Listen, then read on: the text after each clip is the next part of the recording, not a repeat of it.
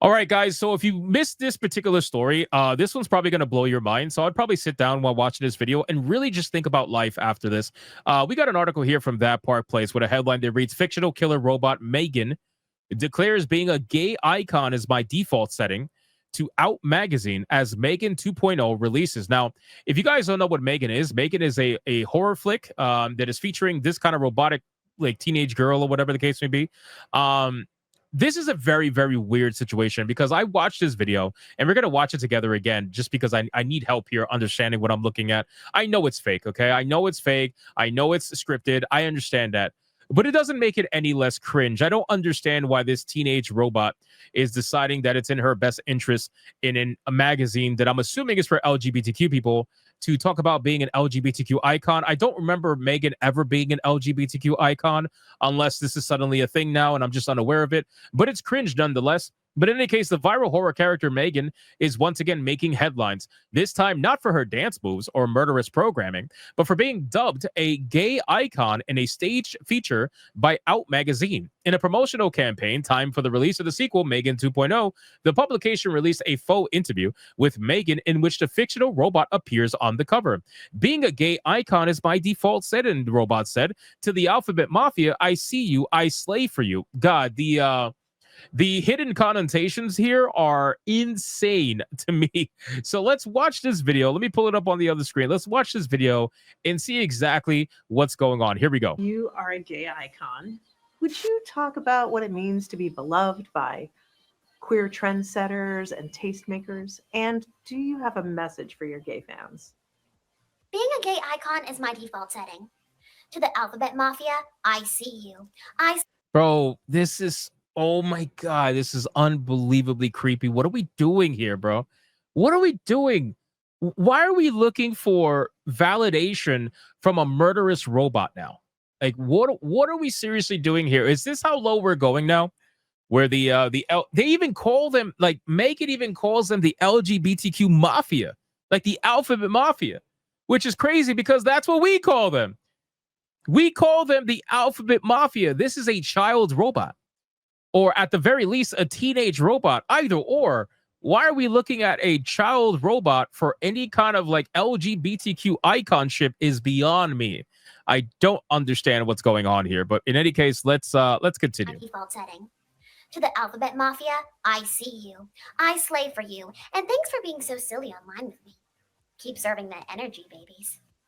Now, my turn to ask you a question. So listen, again, I understand this is scripted. I understand this is fake. I understand it could even be a parody, right? But this is for a magazine called Out Magazine. So I don't really think they're joking in the sense of being a gay icon. I think they're joking about the Alphabet Mafia stuff and all that. I get that. I totally understand that. But this is still unbelievably cringe, man. It really is. This is very clearly people looking for validation from anything they possibly can. This is also a very weird marketing segment. Again, I don't remember when this happened that this character M3GAN became a LGBTQ icon. I don't know when this happened, but apparently now she's such an icon for them that they have to virtue signal to them in their own magazine and promote the movie within a gay magazine. It's just a very, very odd thing to me. What the hell is holding space anyway? Oh, well, people don't usually ask me questions, so thank you. My best definition is that it is to be fully physically, emotionally, and mentally present with someone or something. Kind of like how you are with Katie and possibly with Gemma. If you say so. Hi, sorry. With respect, I'm going to take a shot at answering this in a way that I think M3GAN will understand. Is this them like trying to be funny? Is that what's going on here? Like, are they trying to? Is this like their attempt at comedy? I know people like to say leftists can't meme. I just I don't know what's going on here. I think this is the weirdest thing that I've seen in quite a while, and I just don't understand why we're trying to tie LGBTQ to a child robot. These are also the same people that will call you creepy if you like similar looking characters in anime. Let's just say they're the same people that will call you creepy for that, but they're also using M3GAN as an LGBTQ, which is sexualities, by the way, icon. Yeah, it's just very weird. Megan, holding space is a process Time to wrap whereby. it up. Okay. Okay.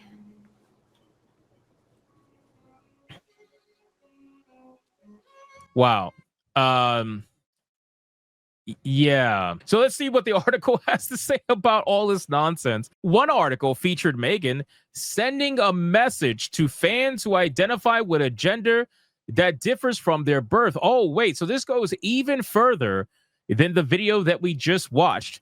M3GAN says your existence is not a debate. The fictional robot says, while the sentiment may be well intended, there's no narrative content in either M3GAN or its upcoming sequel, M3GAN 2, that explicitly relates to pride issues at all, which is what I thought, because I'm pretty sure when I saw reviews for M3GAN and I saw trailers for M3GAN and whatnot, I never saw anything that was even remotely related to pride iconship. So again, this is why I said earlier in the video, I don't understand where this thing just suddenly came in that we're now trying to make M3GAN into a gay icon. I don't understand where this came from, especially right before the second movie comes out. Why? Because it's coming out in Pride Month now or something? Like, are you guys trying to literally attach yourselves to a murderous child robot? Is this what we're doing here? There's no openly pride-centric characters, themes, or plot lines in the film at all. The original movie follows a young girl coping with loss, whose robotic companion becomes increasingly violent in an attempt to protect her. So where did the icon status come from? Oh, please explain to me, please. I need to know where this came from.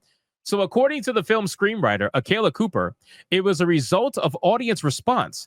Cooper told Out in a 2023 interview that M3GAN's themes of chosen family and the campy presentation resonated in certain communities. That connection, combined with her meme-worthy dance sequence and stylized outfits, sparked a wave of viral interest in internet memes that labeled her an icon to certain identity-centric communities. What? I'm sorry, my brain hurts right now. My brain hurts right now. Are we seriously looking for validation from a child's robot? Is that how hungry for validation some of these identity-centric communities are, that they have to look to M3GAN, the child robot, and say, yup, I see myself in her. Like, you're grasping at straws, bro. What are we doing? However, M3GAN's recent press appearances go beyond organic fan enthusiasm, with pre-scripted quotes and fabricated media tour presented as if she's a real celebrity. The current campaign appears to be a deliberate strategy to position the character as a figure of cultural alignment during Pride Month. Well, that's what I was saying. See, that's what I'm thinking.